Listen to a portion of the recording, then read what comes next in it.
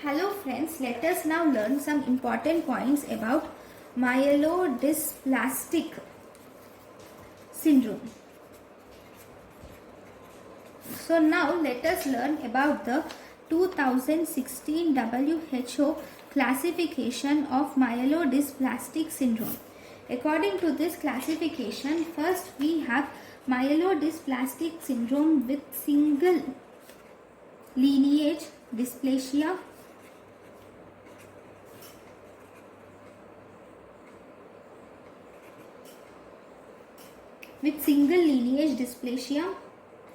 So here the ringed sideroblasts will be less than 15%.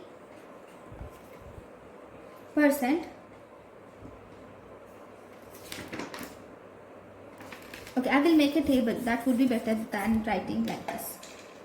So the table is name of the lesion. Then we have lineages which are present, that is dysplastic lineage which is present. Then cytopenia. Then we have ring sideroblast. Then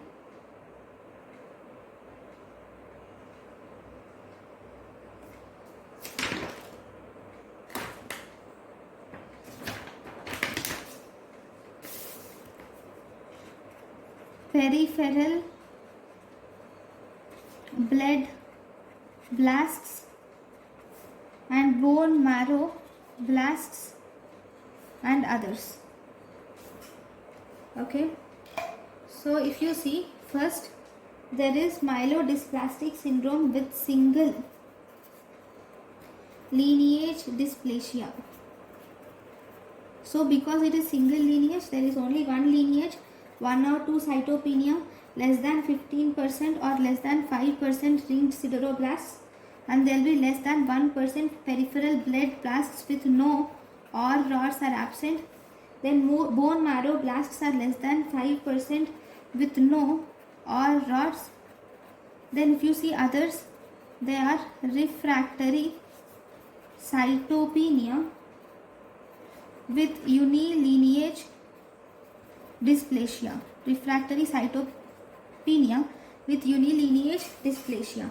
Then we have myelodysplastic syndrome with multilineage dysplasia. If you see this myelodysplastic syndrome with multilineage dysplasia, it has 2 or 3 lineages. It has 1 to 3 cytopenia. There is less than 15% or less than 5% ringed sideroblasts. There will be less than 1% or no or rods. This is also same, less than 5% and no or rods. This is named as refractory cytopenia with multilineage dysplasia. This is past classification. Then we have the next one, which is myelodysplastic syndrome with ringed sideroblasts. So the first type, in this there are 2 types: myelodysplastic syndrome ringed sideroblast with single lineage dysplasia. Okay, so that means here there is one lineage, here there is 1 or 2 cytopenia, and here it is ringed sideroblasts. So there are more than 15% ringed sideroblasts or more than 5%.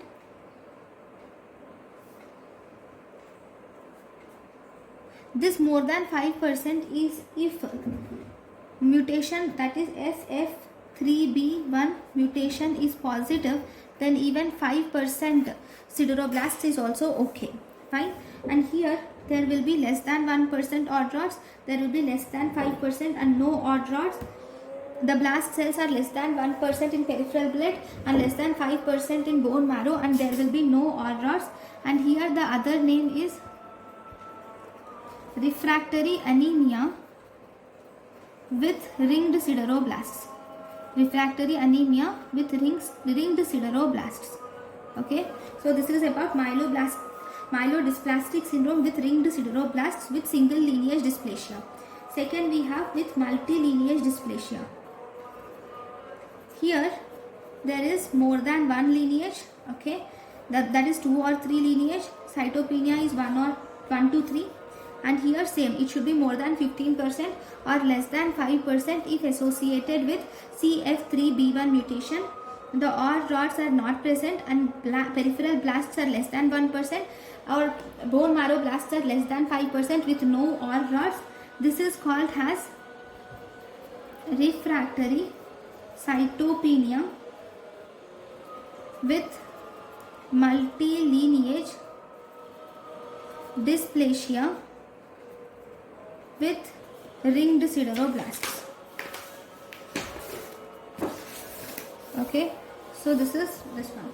Then if you have the next type, myelodysplastic syndrome with isolated deletion 5q. Okay, so this is also 1 to 3 dysplastic lineages, and there will be 1 to 2 cytopenias, and there will be no ringed sideroblasts.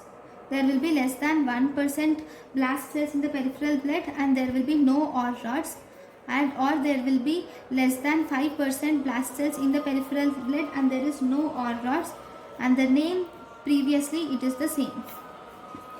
Then this is most commonly seen in child. Here this myelodysplastic syndrome with isolated deletion is most commonly seen in child. The mutation is monosomy 7 is most commonly seen in child. In the adult it is deletion 5q is most commonly seen. Okay, so next we have myelodysplastic syndrome with excess blasts. That means it is myelodysplastic syndrome with excess blasts 1. It is of 2 types. Myelodysplastic syndrome with excess blast 2. Okay, in this the dysplastic lineages are 0 to 3 in both of these, and cytopenias are 1 to 2 in both these. There is no ringed sideroblasts in both of these. There will be 2 to 4% of peripheral blasts, but there will be no OR rods. Here there will be 5 to 9% of blasts in peripheral bloods, and there will be OR rods. OR rods are positive. Then if you see in the bone marrow, they will have 5 to 9% with no OR rods, blasts with no OR rods, whereas myelodysplastic syndrome with excess blasts will have 10 to 19% bone marrow blasts but with OR rods. Then if you see their name, this is called as refractory anemia with excess blast 1. This is called as refractory anemia with excess blast 2. So this is the complete classification of myelodysplastic syndrome. So now in this myelodysplastic syndrome you will see number 1, ringed sideroblasts are seen. How are ringed sideroblasts look? How does they look? This is RBC precursor with granules are present like this surrounding it. So this is ringed sideroblasts. Okay, these granules should be at least more than or equal to 5 iron granules which are present more than 1/3 of the nucleus, surrounding more than 1/3 of the nucleus, that is ringed sideroblasts. Then you will also see presence of one more thing which is called as Pelger-Huet anomaly will be seen. What is Pelger-Huet anomaly?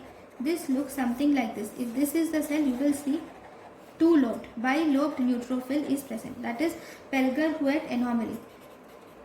Then you will also see presence of megakaryocyte. If this is the megakaryocyte, you will see fawn ball megakaryocyte. So this looks like